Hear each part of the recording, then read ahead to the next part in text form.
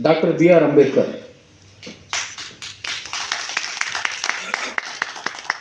So I really thank the Town Hall Times editor, Dr. Surender, for organizing this wonderful, momentous and a glorious function in the name of conferring the award, Subaltern Award, in the field of journalism to the eminent journalists who all have assembled here.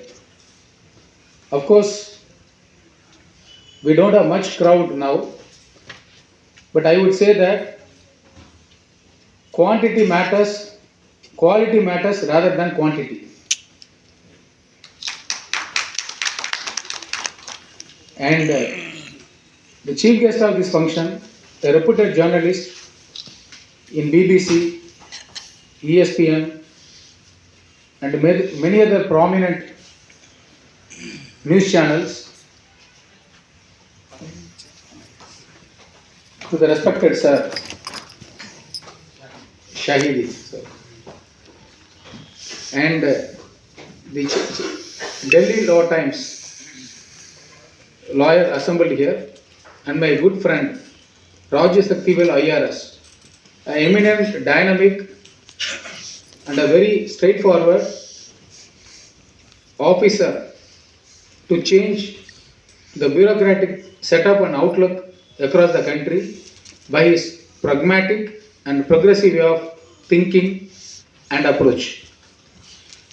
And my esteemed friend, Dr. Veeramani, a professor in law in eminence in Jamia Islamia University, and who is the person, he is a key behind in making me to attend this program by constantly following up for more than 2 weeks, and his unwavering support, dedication, sincerity is really a noteworthy and a remarkable one. Now on going to this topic, I am of the view that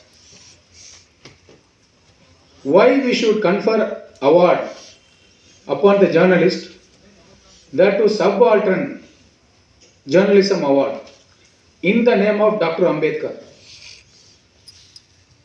So the topic also poignantly reminds us to have a look at the history, the freedom of the press, speech, and the right.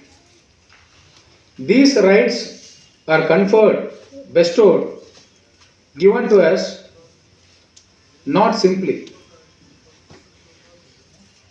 And running a press, running a media is not an ordinary joke. You have to undergo a lot of trauma, turmoil, adversity, stiff opposition, resistance. If you take Socrates, the first and foremost ancient philosopher in the world, he was given a hemlock poison. For what? For talking in an atheist way. He was a rebellious, an intellectual persona like Dr. Ambedkar. So when Socrates said he was accused of corrupting the youth, the young, and they said he should be given a hemlock and he should be poisoned to death. He was given a capital punishment for creating awareness, for being rebellious, for making the people to think, question the authority, question the legitimacy, question the wrongdoers, why, what, where, why, how. So the authorities, people who were in power at that time, did not want an opposition to be made against them. Now in the 5th century, before the birth of Christ, Protagoras, an eminent philosopher, his book was burned. He was burned to death. Why? He questioned the existence of God.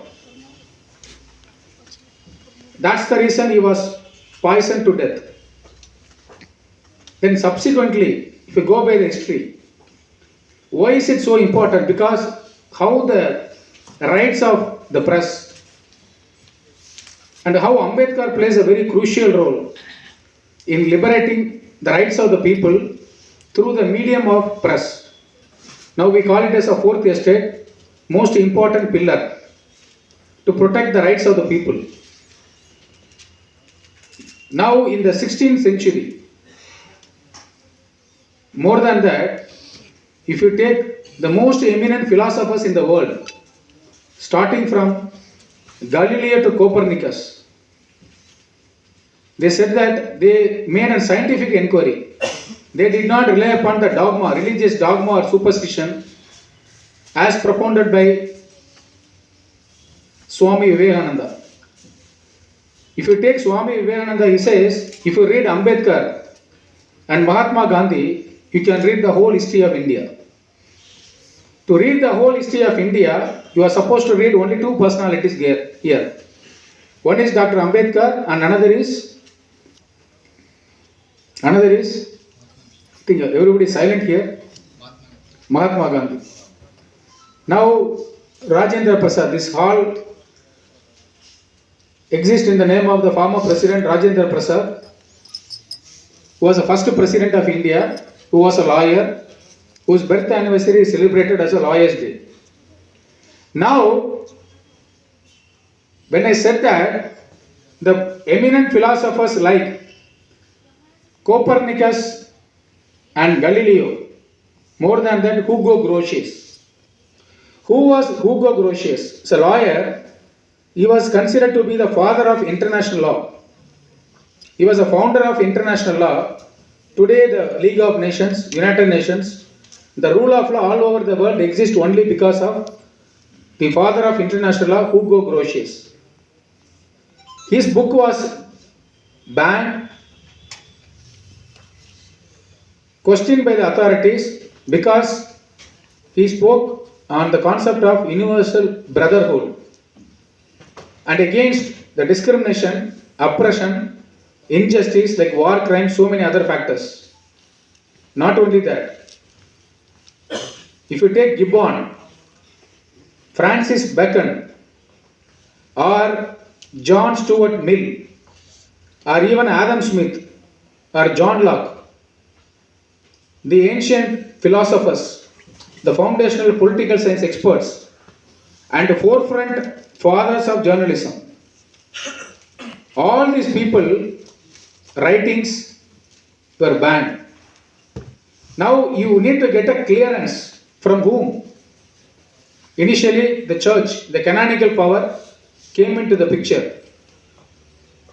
Interestingly, because a journalist, you are getting the award, you should know the history and the background as to how the rights of the press came into existence all over the world.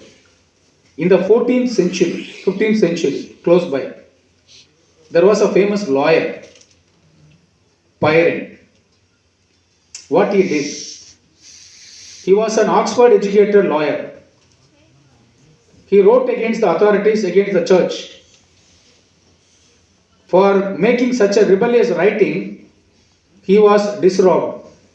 He was removed from the position of a lawyer. Then a £5,000 at that time penalty was imposed.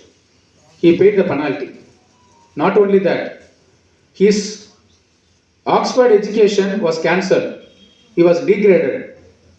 More than that, shockingly, you will not believe, his 2 ears was cut off. He was mutilated. Now only we have heard about Jesus Christ getting crucified, which became a Bible. People all over the world, they praise and portray. That's a great thing. But what happened to this lawyer?